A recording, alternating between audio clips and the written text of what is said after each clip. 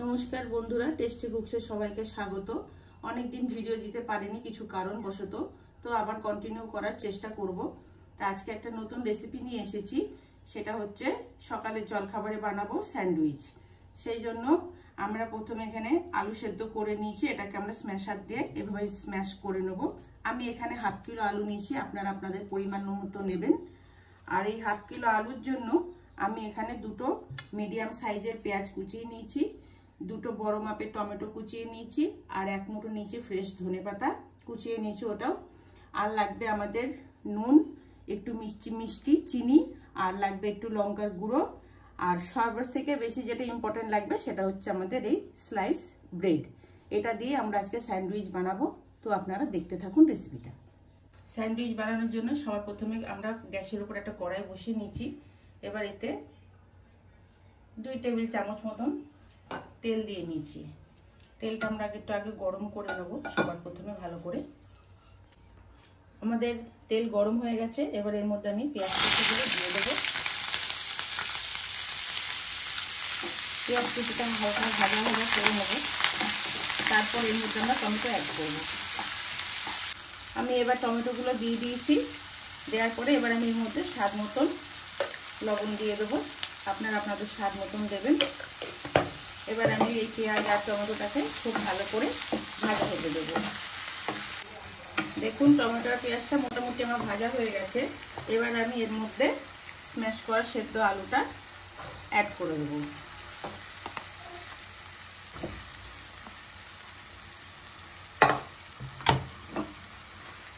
আর এর সঙ্গে দেব একটু ঝাল হওয়ার জন্য, হালকা ঝাল হওয়ার জন্য লঙ্কার গুঁড়ো। আর এই নুন আর ঝালটাকে ব্যালেন্স করার জন্য দেব সামান্য চিনি, 1/2 টিস্পুন মতন চিনি। এবার এটাকে আমরা খুব ভালো করে মিশিয়ে নেব।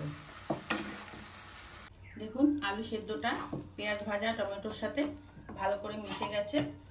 এর মধ্যে এবার আমরা কেটে রাখা ধনেপাতাটা দিয়ে দেব, দিয়ে খুব ভালো করে এটাকে মিশিয়ে নেব।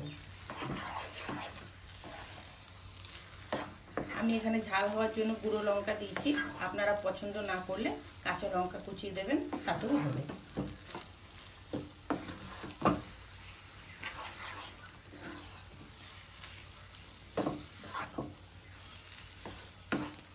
আমরা ধনেপাতাটা মিশিয়ে নিয়েছি, আমাদের আলুর পুরটা রেডি হয়ে গেছে।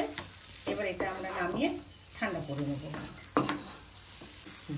হয়ে গেছে, গ্যাস অফ করে দিলাম। এবার আমরা আলুর পুরটাকে প্লেটে ঢেলে ঠান্ডা করতে দেবো। এবার আলুর পুরটা যতক্ষণে ঠান্ডা হবে ততক্ষণ আমরা আর একটা কাজ করে নেব।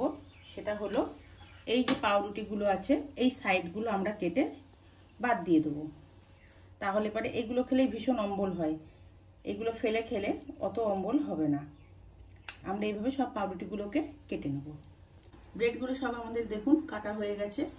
এবার আমরা একটা ব্রেড নেব, আর চামচের সাহায্যে এই আলুর মাখাটাকে বা আলুর পুরটাকে এইভাবে একটা ব্রেডের উপর এইভাবে ভালো করে ছড়িয়ে লাগিয়ে নেব। দিয়ে আরও একটা ব্রেড দিয়ে এইভাবে চেপে দেবো। এইভাবে আমরা সব ব্রেডগুলোকে রেডি করে নেব। যে ব্রেডগুলোকে আমার বানানো রেডি হয়ে গেছে। এবার আমি একটা ফ্রাইং প্যান বসিয়ে কড়াই গ্যাসের মধ্যে আমি এগুলোকে কোনো তেল দেবো না, বিনা তেল দিয়েই ভালো করে সেঁকে নেবো। আপনারা চাইলে তেল বা বাটার দিয়ে ভাজতে পারেন, কিন্তু প্রয়োজন নেই, না দিলেও হবে। দেখুন স্যান্ডউইচগুলো আমাদের রেডি হয়ে গেছে। এবার এটা আমরা তুলে নেব।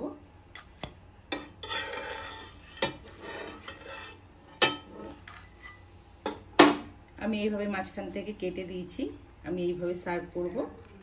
আপনারা আপনাদের নিজের মতন করে সার্ভ করবেন। তো আমার আজকের রেসিপি রেডি।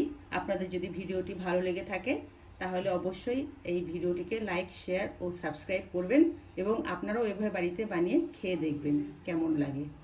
ধন্যবাদ, সবাই ভালো থাকবেন, সুস্থ থাকবেন।